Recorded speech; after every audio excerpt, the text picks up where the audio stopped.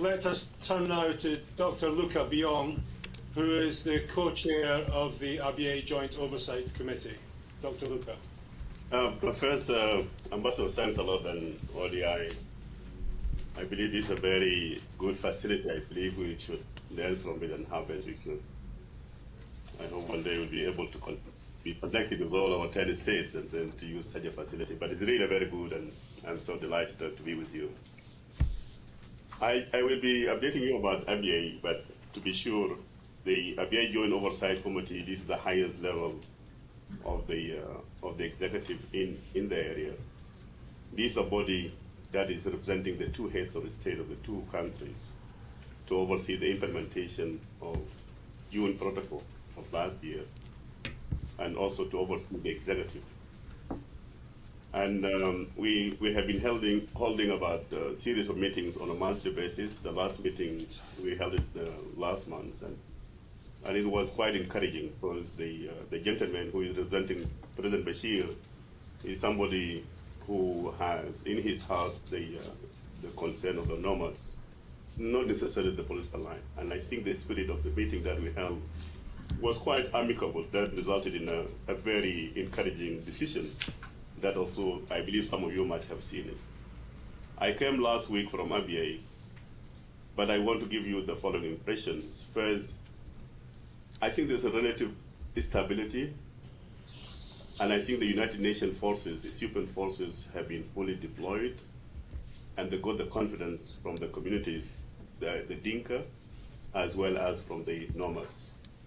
It is quite interesting when I was touring with him, how even the Messiri themselves, they found themselves more protected from the United Nations forces than from the Sudan armed forces, which are contained in Abyei town.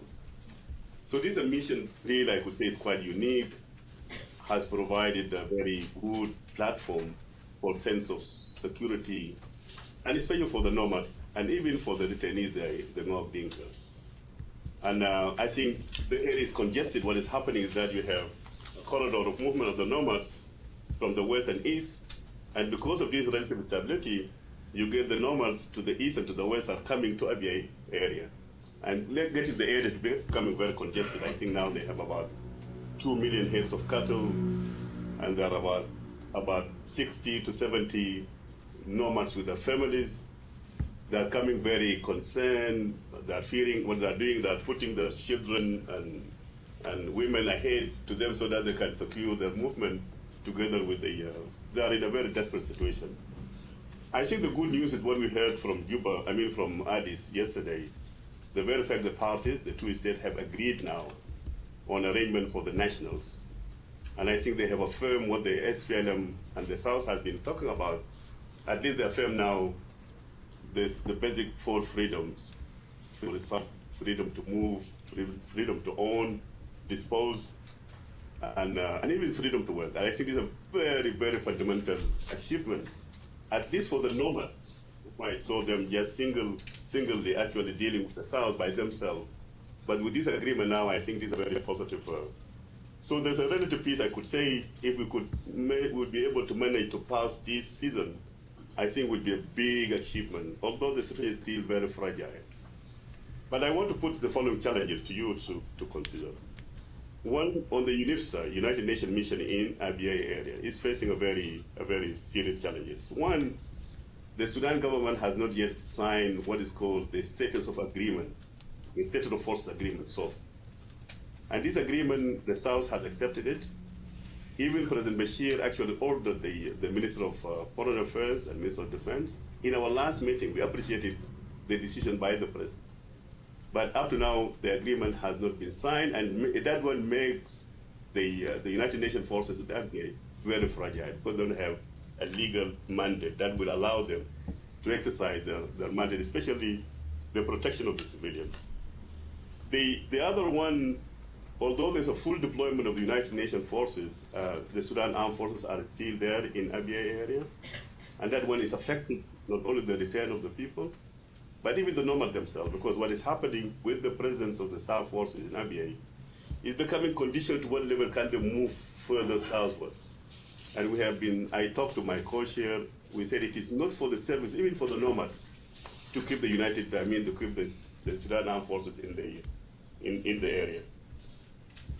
And I think those challenges are quite. I think the presence of the South and also the lack of the agreement. The other challenge is the administration itself. In our meeting, we differed, the Sudan government and the South, they differed on the issue of the speaker. Just to be sure that we agreed in June agreement that the Sudan government will be making nomination of 3 nominees from which the council, that the parliament, will be electing one. I think we differed because we perceive or we agreed that these nominees should come from Dinka. But in that discussion, in that meeting of AGIOC, we agreed that we should not waste our time with the issue of the speaker, but we should form the executive. We agreed on the chief administrator, the deputy chief administrator, and the 5 heads of departments. African Union, South Sudan, and the United Nations, we said we should move ahead and we convene the 2 states to form the administration, because this administration is very important for the return of the retainees, and also for the movement of the nomads, and for the United Nations mission also in the area. Maybe I would just look for the issue of returnees. There's a very good number of people now returning because of the serenity peace, but what we are seeing is that the United Nations mission has only the security component. It doesn't have the humanitarian part. And I see one of I went last week and I saw clearly how there's what is called the United Nations legal opinion on ABA, of which they define ABA as part of the North, part of Sudan. And that one is affecting the access of humanitarian organization to the people returning home. And I think this is a very unacceptable. It is not based on anything, and it's creating a lot of problem in ABA. And I think this is an issue that needed to be picked up. ABA has a dual sovereignty. These are the people defined being both of the North and the South. The arrangements we agreed upon, it clearly shows that the ABA is of a dual character, with a dual sovereignty from the South. Even we in IGOP, we agreed even the visa to be issued by the 2 states. And here you have United Nations actually defining the ABA in their own way. That's limiting even them how to access the people in ABA. I think it's a big flaw, and it should be corrected. And I hope this is a thing that I would like to mobilize ourselves so that we can really correct this issue. Otherwise, the people will be affected, even the nomads. I say that based on this one, I feel the opportunities. The summit itself, the summit that's going to take place between the 2 heads of state, is a very important event, and I believe with the development happening in Addis, we may see that ABA is central to all these issues, the issue of oil, the issue of the border, even the issue of North-South border. Focusing on ABA is so central in unpacking what the blockage that we are seeing. And I think it's very good that the South has taken a good position on that. This summit, we hope, if we prepare ourselves properly, we'll be able to see a light of hope of how we can solve it. I am seeing the President of the United Nations mission in IBA provides opportunity not only for the short run, but it could help also in terms of getting the final solution, especially in terms of the referendum. I see also the opportunities of the agreement, the agreement on the nationals, of the 2 nationals. I think that's a very important agreement, and that, for me, it is very important even from the perspective of the South, whether the South should uphold to the African Union Charter or the movement of the nomads, because I'm seeing these nomads are being led by themselves, and it would be good for the South to adopt the African Union Charter on the nomads. But equally important, whether we can use the UNIFSA and the United Nations in Southern Sudan, because they have this mandate of the protection that could be used also together with the local authorities to protect the nomads when they move southwards. Because those ones are going to be very important to isolate the issue of nomads from the issue of eligibility when we talk about the referendum for ABA. So ABA referendum should be exclusively now for the people of ABA, the North Dinka, and the resident, but not the nomads. By doing so, we'll be able to provide a good space for the nomads.